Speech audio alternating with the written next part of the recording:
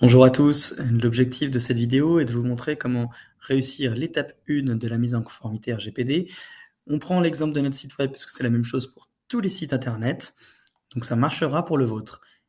Et l'objectif de cette vidéo est de vous faire gagner du temps, évidemment, dans la mise en conformité. Et si vous avez la moindre question, que certaines choses ne sont pas claires, vous n'hésitez pas à nous contacter. Évidemment, on est toujours disponible. Donc si vous allez sur votre site internet, vous allez en footer, donc en bas de page. En bas de page, vous aurez tous quelque chose qui se rapproche de ça normalement, c'est-à-dire au moins des mentions légales, voire potentiellement peut-être un onglet RGPD, un onglet cookies peut-être. Mais comment ça marche? En fait, toujours, vous devez avoir mention légale, politique cookies et politique de confidentialité. Les trois, toujours.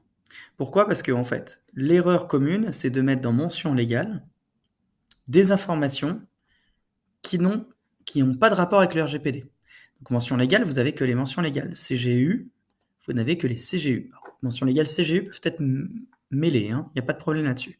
Par contre, la politique de confidentialité doit être sortie de mentions légales, sortie des CGU et vraiment être implémentée de manière indépendante dans un onglet indépendant qui peut s'appeler politique de confidentialité, RGPD, privacy, peu importe. Là, ce qui est important, c'est que les gens qui vont sur votre site comprennent de quoi il s'agit. Donc, de manière générale, c'est politique de confidentialité, RGPD.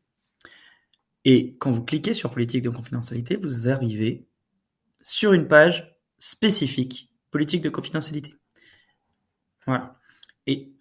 Et de même, en fait, l'une des erreurs communes que nous pouvons voir, c'est de mélanger politique de confidentialité et politique cookies. Ce sont deux choses différentes. Donc vous, pareil, la politique cookies, vous l'extrayez des autres documents et vous créez une page indépendante avec un lien indépendant cookies. Oui, pareil, ça peut s'appeler politique cookies, peu importe. Voilà. Alors, ça c'est la première chose. Ensuite, déjà quand vous avez fait ça, vous avez fait 95% du travail. Ensuite, dès lors que vous avez par exemple une newsletter, comme ici, vous devez mettre une micro-information en dessous. Et prendre exactement celle-là. En cliquant, vous acceptez de recevoir notre newsletter. Pour plus d'informations, cliquez ici. On voit bien que si je clique, je reviens sur la politique de confidentialité. Donc dès lors qu'il y a notamment une newsletter, vous intégrez ce paragraphe. Contact. Dès lors que vous avez un formulaire de contact, donc par exemple, contactez-nous, mettez votre adresse email, votre numéro de téléphone. De même, il faut informer les gens du traitement qui pourrait avoir lieu et donc mettre une micro-mention en dessous pour vous contacter. Nous devons traiter vos données. Pour plus d'informations, consultez notre politique de confidentialité. Voilà. Vous avez fait ça sur chacun des formulaires de contact et vous avez intégré les documents ici. Et vous avez fini pour le site, tout est parfait.